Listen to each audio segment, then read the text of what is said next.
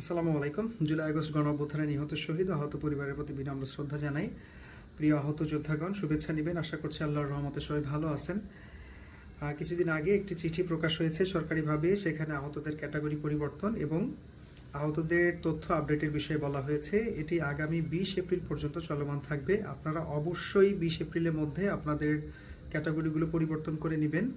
নিজ নিজ civil surgeon বরাবর দরখাস্ত দিতে হবে। দরখাস্ত ধরনটা একটু এরকম হবে। আপনারা এটাকে জাস্ট কপি করে নিজ এলাকার সিভিল সার্জন লিখে নেবেন। আর এখানে ঢাকা লেখা আছে, আপনারা আপনাদের নিজ এলাকার সিভিল সার্জনের নাম লিখবেন। হতে পারে মাদারীপুর, ফরিদপুর, বরিশাল, যেটাই হোক।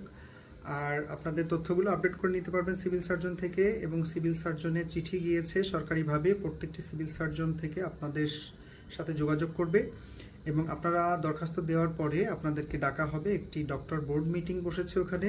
সেই মিটিংয়ে আপনাকে ডেকে আপনার তথ্যগুলো যাচাই বাছাই করে আপনার অবস্থা পর্যবেক্ষণ করে যদি সম্ভব হয় তাহলে আপনার ক্যাটাগরিগুলো পরিবর্তন হবে এবং খুব দ্রুত গ্যাজেট প্রকাশ হতে যাচ্ছে ইনশাল্লাহ সেকেন্ড ধাপে।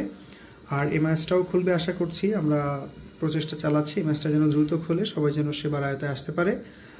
আর আমরা ইনশাল্লাহ দ্রুততার সাথে সকল আহত ভাইদেরকে একত্রিত করে আমাদের এই সেবা নিশ্চিত করব। ধন্যবাদ সবাইকে। আমার নাম তামিম খান। আপনারা সবাই মোটামুটি চেনেন আমাকে। আমি জুলাই আগস্ট গণঅভ্যুত্থানে নিহত শহীদ আহত পরিবারের তালিকা যাচাই বাছাই সহ তালিকাকরণের দায়িত্বে আছি। ধন্যবাদ সবাইকে। আসসালামু আলাইকুম।